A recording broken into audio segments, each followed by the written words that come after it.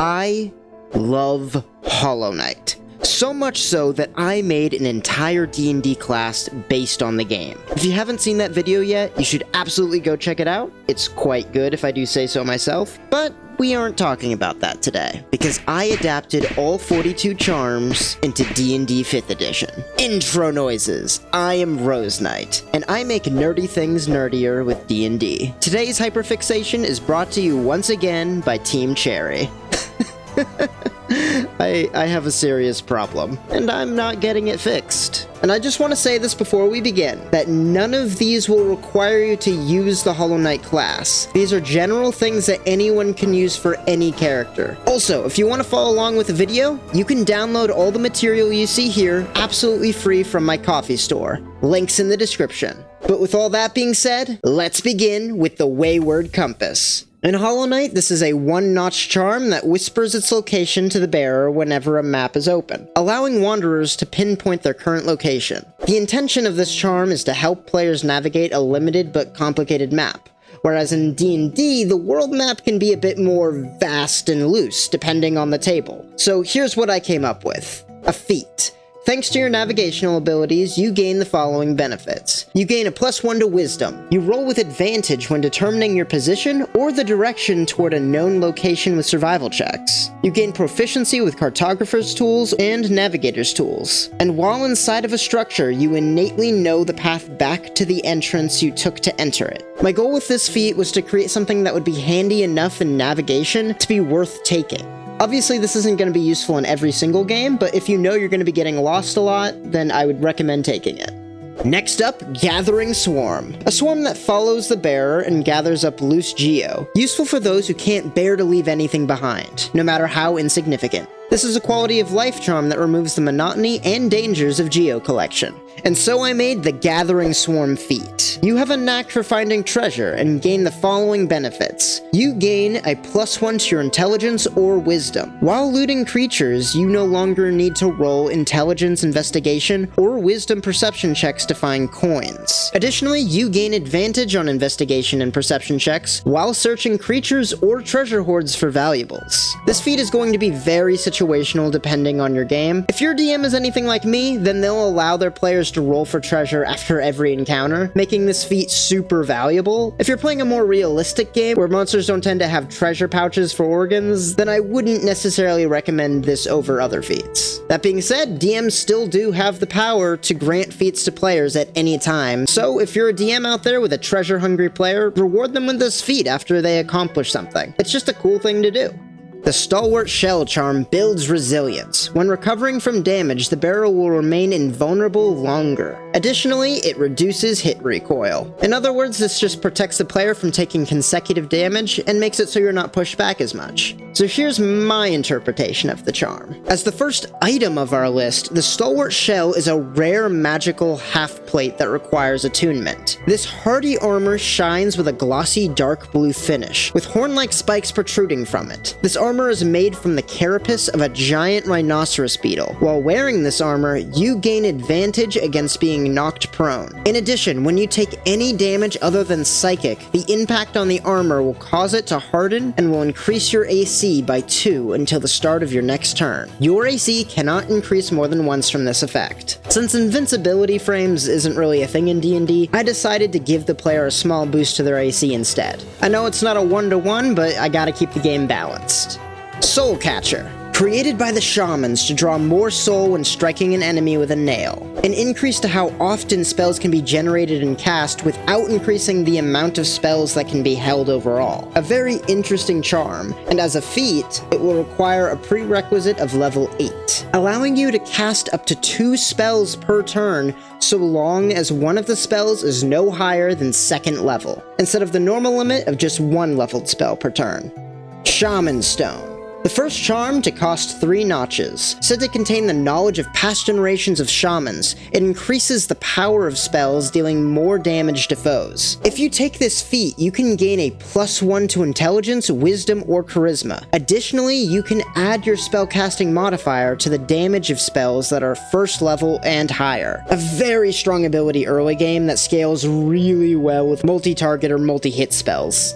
Soul Eater. a forgotten shaman artifact used to draw soul from still living creatures. Greatly increases the amount of soul gained when striking an enemy with the nail. A direct upgrade to soul catcher with double the notch cost at 4. Now, I'm gonna be honest, I really dislike the idea of adapting 2 charms that essentially do the same exact thing. It's really boring from a writing perspective. So for every charm that fills the exact same role as a previous one, I'm going to readapt those charms into their own separate concepts. As such, Soul Eater will be an item, a very rare wand that holds up to 3 charges and regains 1d3 expended charges every day at dawn. As an action, you can spend those charges to recover spell slots of 1st, 2nd, or 3rd level. The spell slot level total will be equal to the charge total that you expended on your action. For example, if you spend 2 charges on your action, you may recover 2 1st level spell slots or a single 2nd level spell slot. While writing this item, I actually played around with the idea of regaining charges by defeating creatures like the video game, but ultimately it was unbalanced. If you do decide to modify the item to work this way, I'd highly recommend making it a legendary item instead of very rare.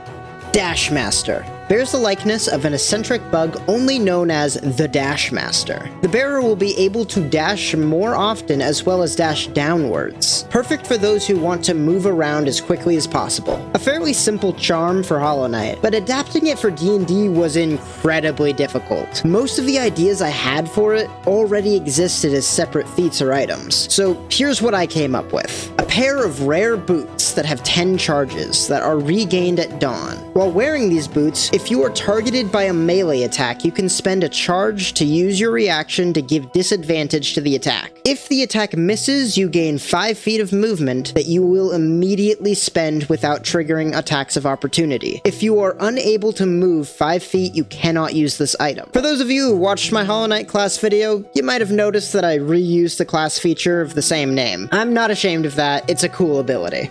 Sprintmaster bears the likeness of a strange bug known only as sprintmaster. Increases the running speed of the bearer, allowing them to avoid danger or overtake rivals. Another very simple charm that has already been covered thoroughly by D&D proper, so here's what I could come up with. This is going to be a feat that increases your speed by 10 feet. Additionally, while traveling, you and anyone traveling with you now move at a fast pace when moving through normal terrain. In addition, you and your group can only be reduced to a normal pace while traveling. I purposely left this vague, like not mentioning traveling with vehicles or whether the person with the feat needs to be the one leading the party on the journey. I'll leave that up to the DMs to decide. Ultimately, this is a very niche feat that you'll have to decide on depending on what kind of game your table is running. Grubsong contains the gratitude of freed grubs, allowing you to gain soul when you take damage. This charm makes difficult encounters easier by allowing you to cast spells more often, and I had a lot of fun with this one. 3 times per long rest, the Grubsong feat will allow you to choose to gain a spell slot after taking damage. The spell slot's level will be determined by the damage you take divided by 10, rounded down. For example, if you take anywhere between 10 and 19 damage, you would receive a 1st level spell slot. You may only receive spell slots of a level already available to you, and you can only gain a spell slot from a single instance of damage, so no accumulating damage over time. Honestly, I could see people making builds around this feat. Would it be optimal? Hell no. But I do think it would be very fun. Grubberfly's Elegy. Containing the gratitude of grubs who will move on to the next stage of their lives. Is that what we're calling it? This charm imbues weapons with holy strength. When the bearer is at full health, they will fire beams of white-hot energy from their nail. Basically, it's a reference to the Master Sword from Legend of Zelda. The ultimate limiting factor of this charm is that you need to be at full health to use it. Unfortunately, in Dungeons & Dragons, there are plenty of attacks that deal guaranteed damage. So instead of requiring you to be at full health, I came up with something a little different. Grubberfly's Elegy is a rare potion. When you drink this potion, you can fire a beam of energy from your melee weapon once per turn when you take the attack action. This potion lasts for 1 minute. When you use the beam attack, it counts as a ranged attack, using the same hit modifiers as the weapon with a range of 15 feet. The beam can target 1 creature per attack and uses the base weapon damage, meaning that you don't add any modifiers to the damage, just the dice themselves. When you hit a creature or object with a melee attack, they will take damage from the ranged beam as well. The reason I made this into a potion with a time limit was so that you could still use this even when you weren't at full health. I think that rebalances it pretty well, and you could potentially stock up on a few of these at a shop, at either a cost to your coin pouch or just by stealing them. Player's choice. The fragile charms. The gimmick of these charms is that they break when you die, making them completely unusable until you pay to repair them. But because of that cost, the devs over at Team Cherry could make these a bit stronger than the other charms of the same notch cost. Also, if you wanted to, these charms can be made into their unbreakable counterparts by spending an unholy amount of geo. So keeping all of that in mind, let me just say this up front.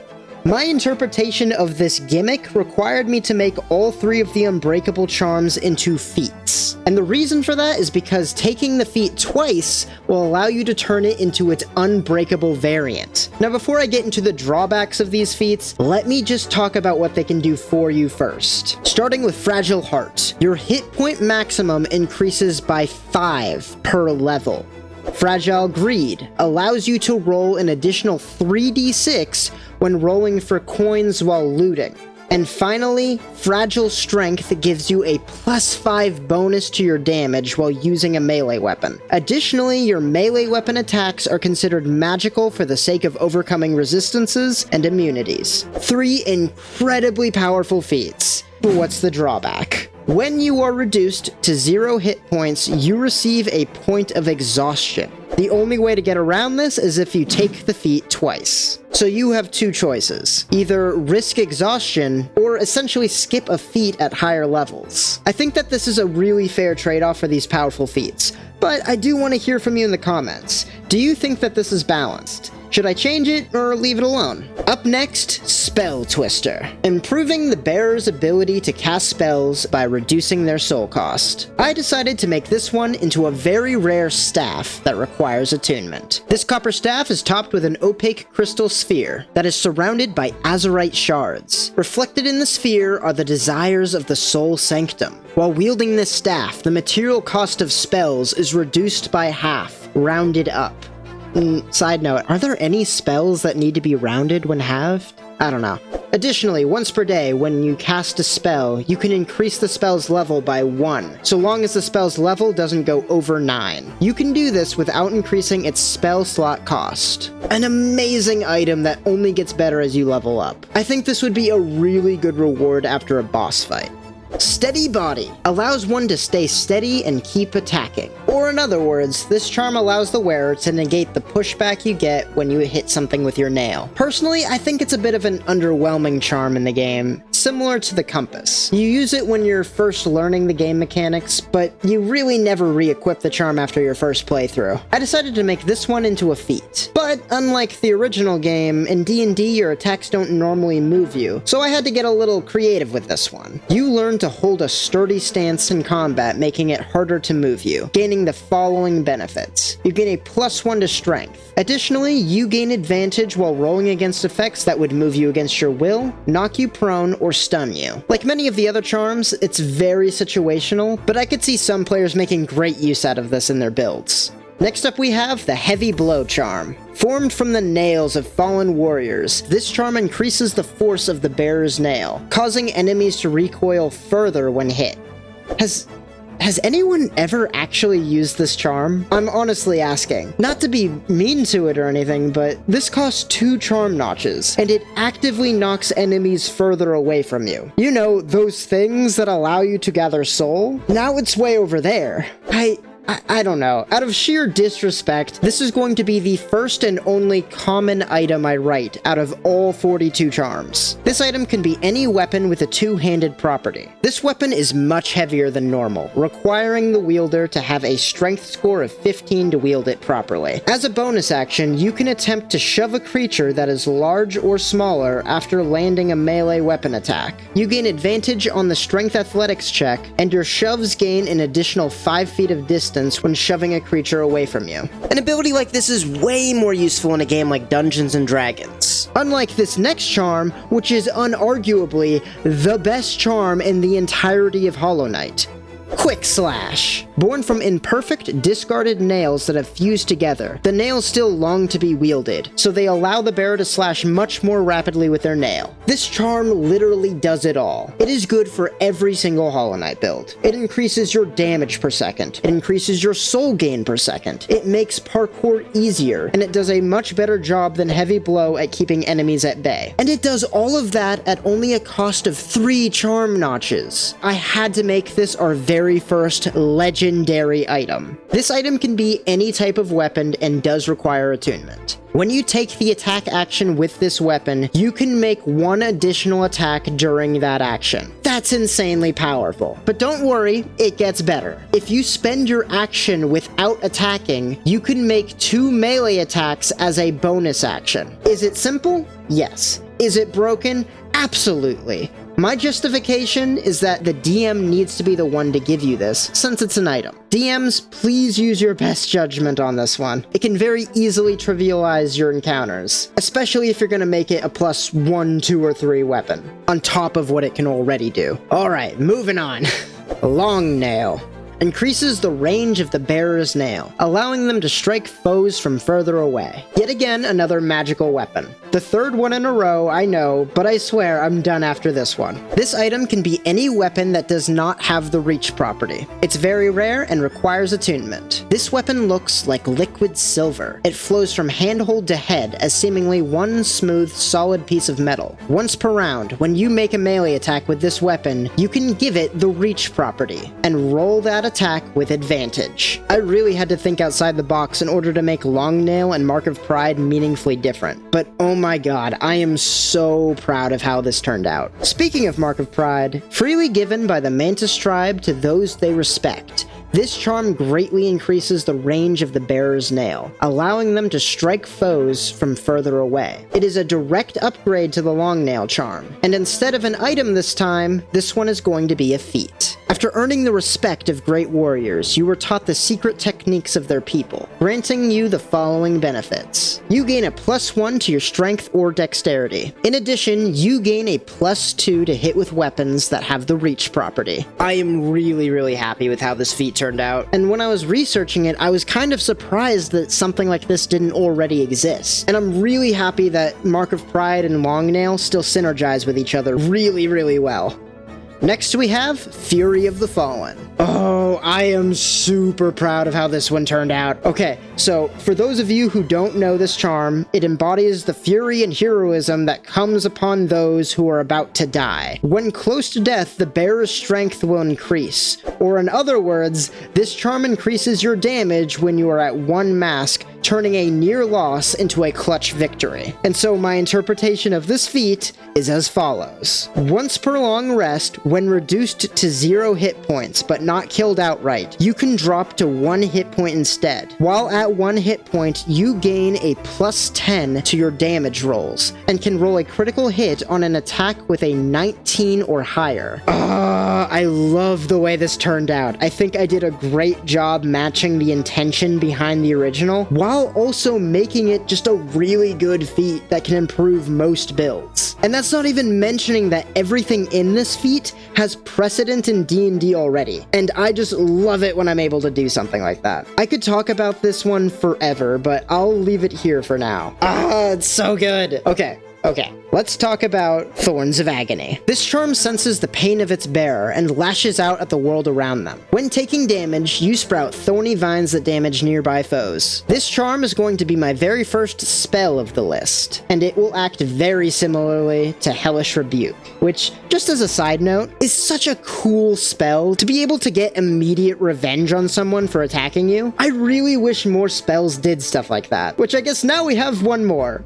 Hooray! Thorns of Agony is a first level evocation spell with a casting time of 1 reaction after you take damage from a creature you can see, at which point inky black tendrils will erupt from your body, attacking any creatures that are near you. Each creature within 5 feet of you must make a dexterity saving throw. On a failure, they take 2d8 slashing damage, or half as much damage on a successful save. When you cast this spell using a spell slot of 2nd level or higher, the damage increases by 1d8 for each spell slot level above 1st. So I was originally going to make this a cantrip so you could keep using it every time you're attacked, like the original charm. And honestly, I'm still a little unsure about the decision to make it a 1st level spell, but my reasoning is that revenge spells are kinda broken when you can keep using them every single turn at no cost. But at the same time, the range is so limited on this. Okay, I'm just gonna keep this as a 1st level spell for now, but DMs, if you want to use this as a cantrip, I'd recommend reducing the damage to 1d6 and removing the upcasting, but otherwise I think you could just keep this the same. Alright, how is everybody feeling? We just hit our halfway point. That means that we've gone through 21 charms in total, which means I've basically written one entire class worth of content. Now, considering all the work that I've done, you could like and subscribe to this barely established YouTube channel. I mean, this is my 2nd video. I think I've earned it at this point. Or, to stay with me on this, you could follow this video's small creator shoutout. Those two things are not mutually exclusive. You can do both. Please do both. For the uninitiated, I do shoutouts to small creators every time I make an edited video. As a small creator myself, I know how hard it is to find your audience. And that's why this video goes out to Brain Lag Games, a brand new game development studio made up of industry veterans. This small indie team broke off from Piranha Bytes and are now working on their very first game, Rootbound, an indie title where you play as this adorable little guy and explore the vast and dangerous world of Akara with the help of your backpack companion. Will you be able to save your home from a mysterious illness before it's too late? So here's the thing about this game and why it grabbed my attention. Just about everything you can see can be either interacted with or picked up to be used as a weapon. And when I say everything, I mean everything. Even the enemies. The game is currently still in development right now with plans to release in 2026. So go find Rootbound on Steam and wishlist it. You're not gonna want to miss this one. But if you're anything like me and you really want to play this game early, follow the Rootbound YouTube channel and Discord. The devs are going to be launching early access for game testing soon, and every little bit of feedback can really help. And if this game seems interesting to you and you want to show support for their team, then go to their YouTube channel and leave lots of likes and comments on their trailer video, just to help spread the word around. Oh, and be sure to tell them that Rose Knight sent you. You can find links to all their stuff in the description below, as well as a link to their game trailer in the video end card. And if you have anyone you want me to shout out in a future video, head on over to my Discord. Post their info in the small creator shoutout section, I'll check them out, and if I like what I see, I'll shout them out in a future video. But with all that being said, on with the show. 21 more charms to go. Oh god. Why did I think this was going to be easier than writing the Hollow Knight class?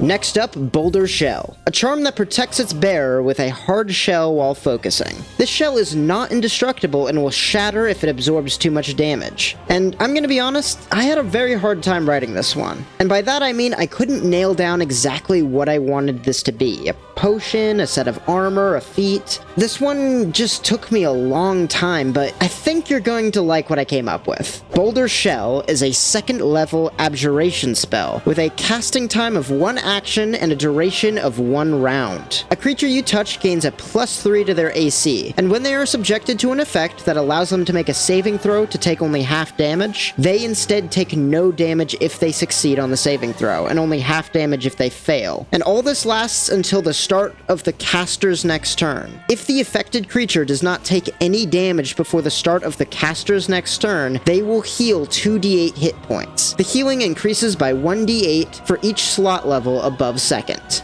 So it's kind of like a delayed cure wounds that increases defense before it heals you. But if anything breaks through that defense, you lose the heal. Next up, we have Flukenest, a living charm born in the gut of a flukemarm. It transforms the Vengeful Spirit spell into a horde of volatile baby flukes. How wholesome. The charm that continues to carry speed runs no matter how much the devs try to nerf it. Hopefully I did a good job with it, and I won't need to do the same. When you choose this feat, you gain the following benefits. Once per long rest, when you cast a spell that is 2nd level or higher, that targets only one creature, and doesn't have a range of self, you can split the spell into 2 lower level versions of itself, and target the same creature or a second creature in range with the split spell. The split spell's accumulative levels must be less than or equal to the original spell's level. The spell must be upcasted in order for it to split, and both individual split spells must be of a level that are possible to cast normally. Is this one overly complicated? Yes. Yes, it is. Defender's Crest, a unique charm bestowed by the King of Hollownest to his most loyal knight. Scratched and dirty, but still cared for, this charm causes the bearer to emit a heroic odor. So... I made this charm into an item for the sole purpose of allowing DMs to give it to players as a gift from, like, a mayor or a king or something. Just grant this item to your party after they save a town or something. Let the leader of the town give it to them. It'll be so funny. Okay, so the Defender's Crest is a very rare cloak that constantly generates a brown gas that emits a heroic odor. This cloak has 4 charges and regains 1d4 expended charges daily at dawn. While you wear it, you can use an action to expend 1 charge to cause a brown, poisonous gas to bellow out from the cloak and quickly dissipate. This effect lasts for 10 minutes. If a creature within 30 feet of you targets you with an attack while this item is active, they must roll a Constitution saving throw, DC of 16. On a failure, the creature is poisoned and takes 1d4 poison damage at the start of every turn for 1 minute. On a successful save, the creature becomes immune to this poison effect until its next long rest. The creature can re-roll its saving throw at the end of every turn. Oh, it's just a smelly cloak, you guys. It's so smelly it became a magic item, and the king or mayor or whoever was just like, wow, thanks for saving us. Here you go. It's so dumb. I love it. Okay. Glowing Womb. This charm drains the soul of its bearer and uses it to birth hatchlings that have no desire to eat or live, and will sacrifice themselves to protect their parent. So, you know, lots there to work with. The Glowing Womb spell is a 3rd level conjuration spell that takes 1 action to cast, costs 10 gold in incense, plus some insect wings, and will last for 1 minute per casting. Upon casting this spell, you summon a soul familiar in an unoccupied space within range, and can continue to summon 1 soul familiar once per round as a bonus action. Once summoned, the soul familiars will float around you, shedding dim light up to 10 feet, if not given any instructions. While in combat, your soul familiars will take their turns after yours, and on their turn they will follow any instructions you give. And finally, you can only have a maximum of 4 soul familiars at a time. Now, the soul familiar stat block is identical to the one from the Hollow Knight class, except for one key difference. Instead of being able to self-destruct, causing a big AoE type attack, this one can only sacrifice itself, targeting 1 creature. But honestly, it's still insanely powerful, considering it can summon up to 4 creatures at a time. I don't specify if they despawn at the end of the spell's duration, and finally, the creatures have incorporeal movement. Like, it can just go through walls and attack creatures. That basically makes it a ranged spell attack that ignores cover and will hover around the enemy if it misses. Like, I got complaints for it being underpowered in the class version. I still don't see it. I think this thing is crazy. Next up, we have Quick Focus, a charm that contains a crystal lens that increases the speed for focusing soul, allowing the bearer to heal damage faster. This charm carried me through my first Absolute Radiance victory in Pantheon 5. Healing faster seriously cannot be underestimated, and as such, the Quick Focus feat allows you to use a bonus action instead of an action when using a healing potion, or when casting Cure Wounds. Additionally, you can cast Cure Wounds as a first level spell once per short or long rest without expending a spell slot. Not bad if I do say so myself. And not too dissimilar from our next charm, Deep Focus.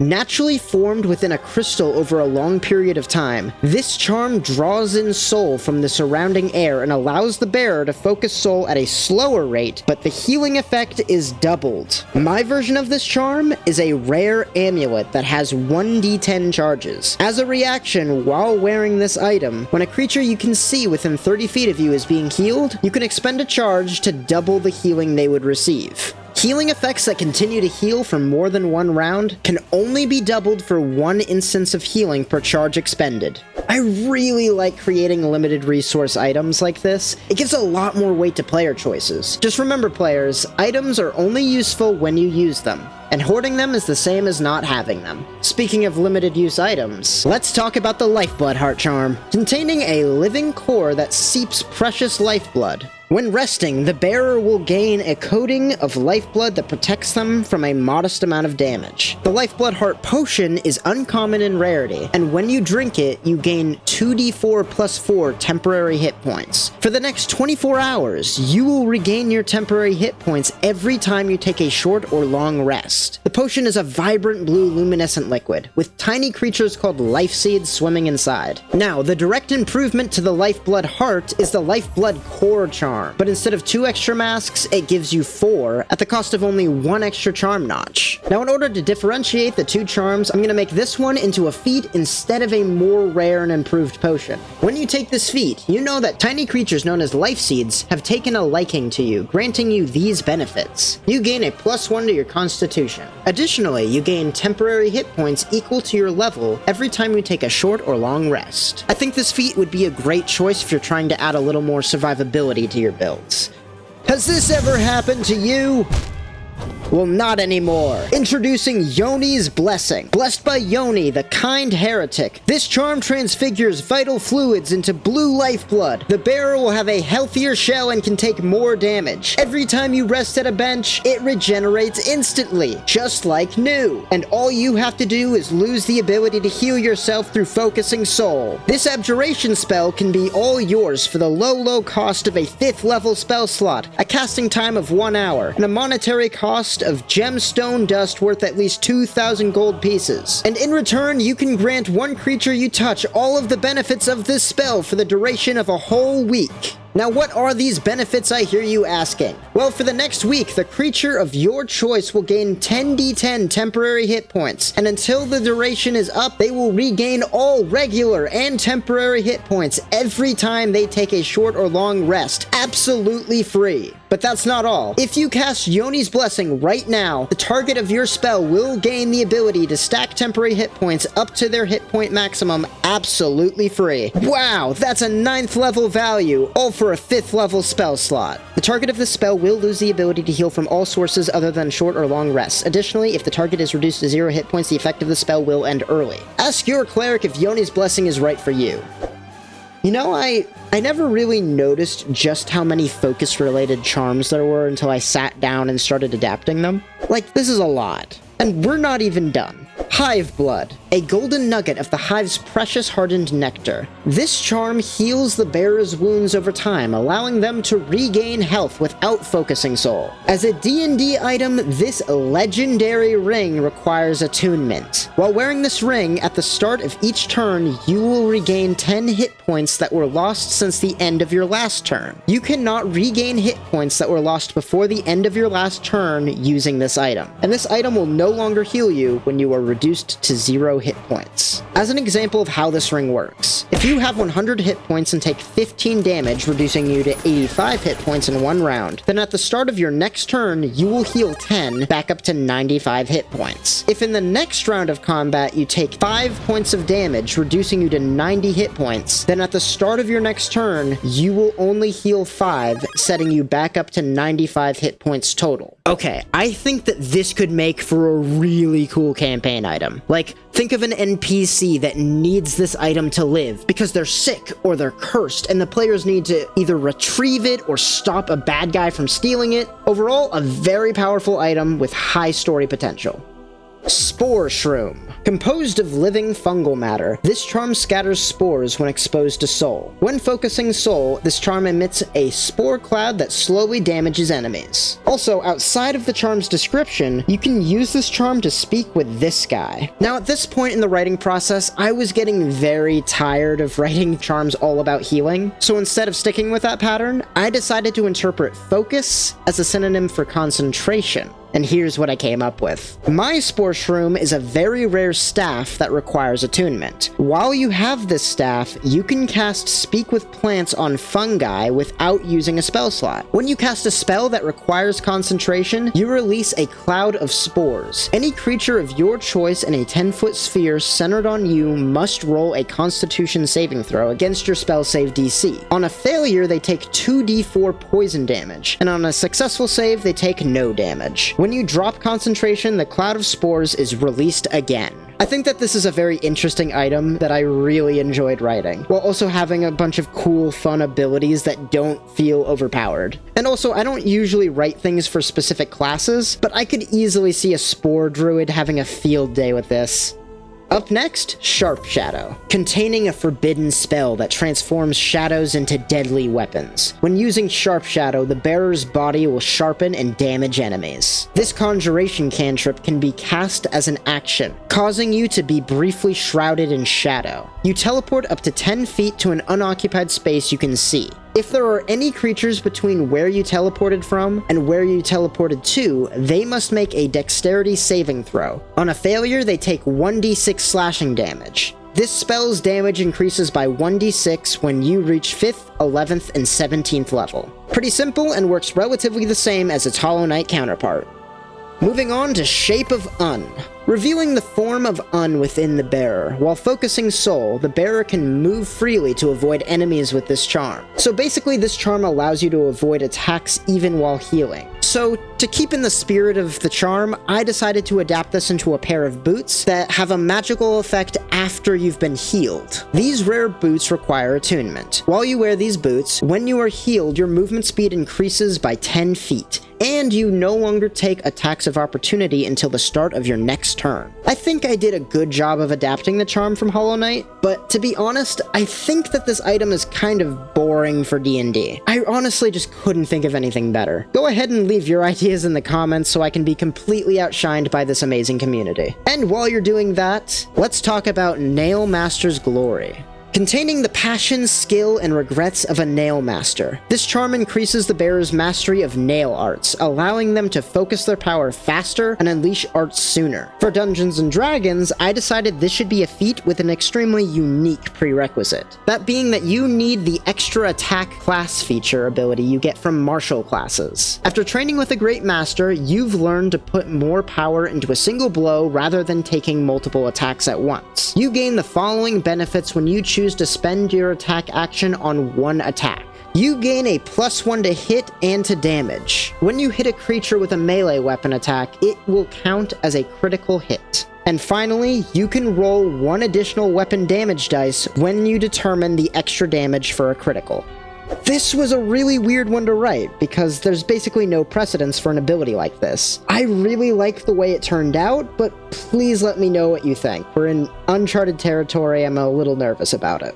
Weaversong. A silk charm containing a song of farewell, left by the weavers who departed Hollownest for their old home. It summons weaverlings to give a lonely bearer some companionship and protection.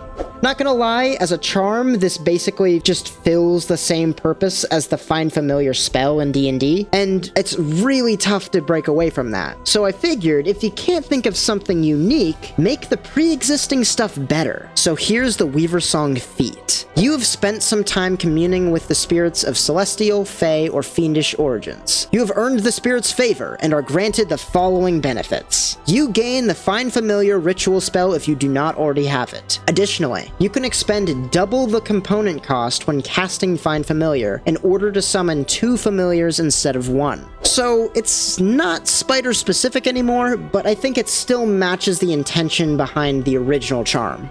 Dream Wielder. Another amazing item I loved writing. Oh, I'm so excited for this one. Okay.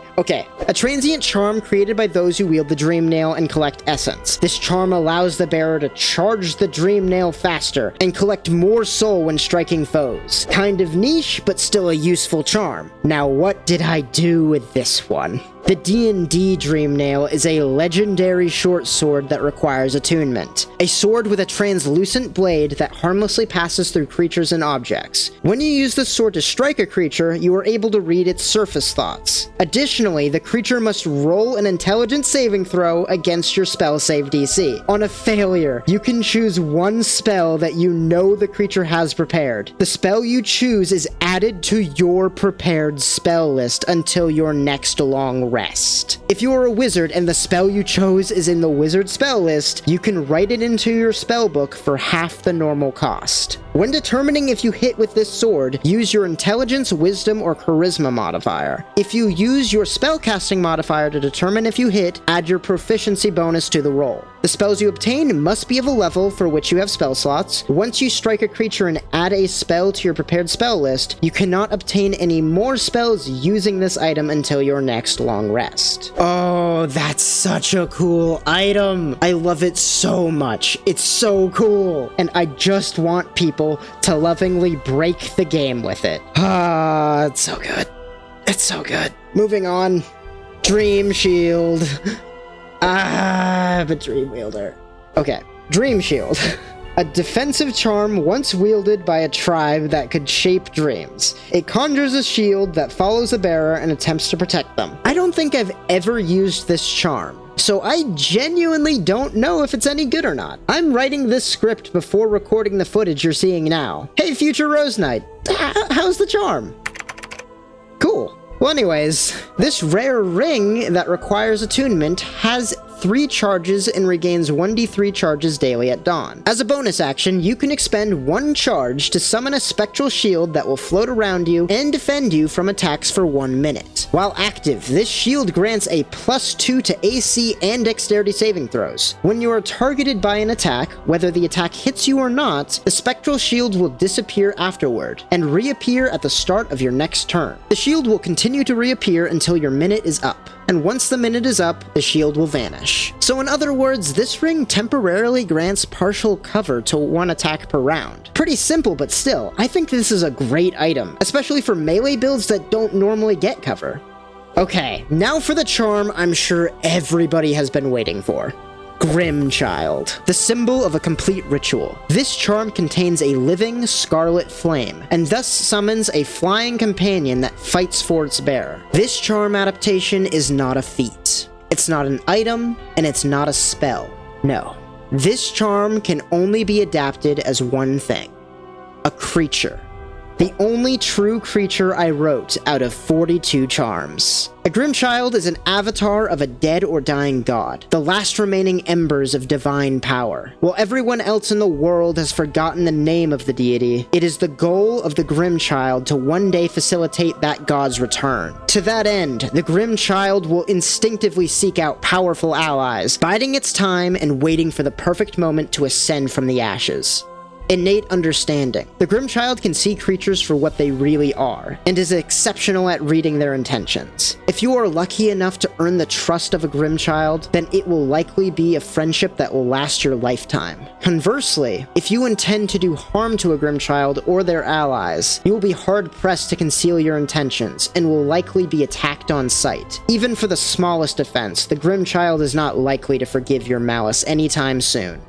Reincarnated God. As a divine avatar without a god, the only true goal of the Grimmchild is to bring back their dead deity through the only means they know how: reincarnation. It is believed that if the Grimmchild could gather enough power, it will be reborn as the fallen deity and take its place in the heavens. To do this, the Grimmchild will seek out heroes that match the alignment of their god. And as they defeat their foes, the Grimmchild will be able to absorb a small amount of their enemies' souls. A slow process that will likely take hundreds or even thousands of years to complete, gathering power little by little.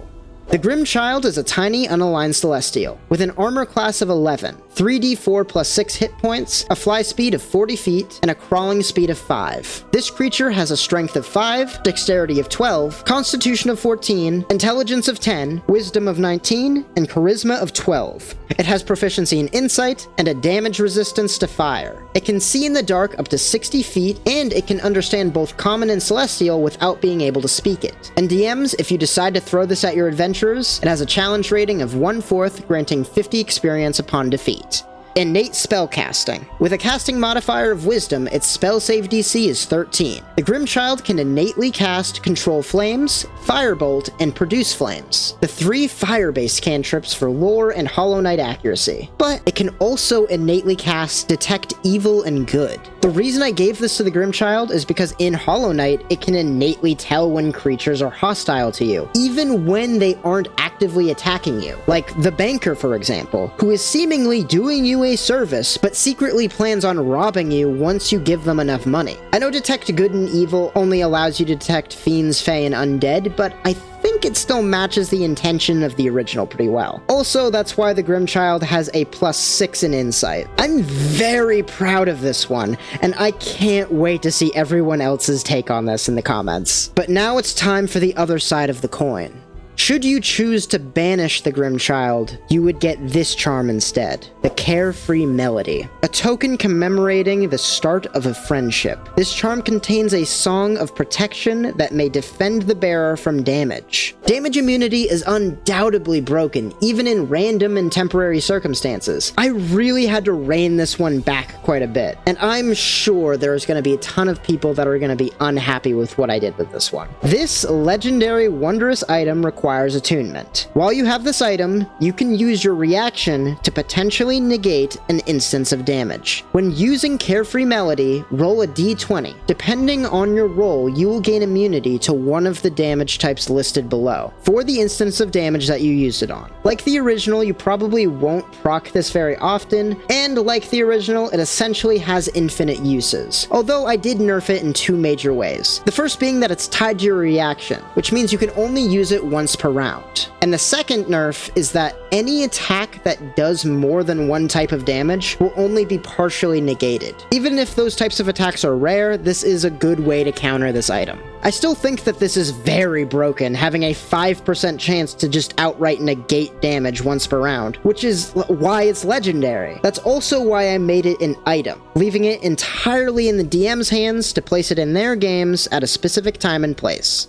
Kingsoul. This holy charm symbolizes a union between higher beings, allowing the bearer to slowly absorb the limitless soul contained within. This charm opens the way to the birthplace. In-game, this charm is nothing more than a key that proves you completed certain challenges to gain access to the secret endings. You normally don't even have this charm equipped, and when you do, it's only for the 5 minutes it takes to replace it. That being said, it does have a really cool ability, even if it is overpriced at 5 whole charm notches. My version of Kingsoul is a feat, and unlike the charm, this one is actually worth taking. Once per long rest, you can attempt to cast a spell without any material cost. In order to negate the material cost of a spell, you must roll an ability check DC of 16 plus the spell's level versus your spell casting modifier. You cannot add any bonuses to this roll unless granted to you by the DM. Simple,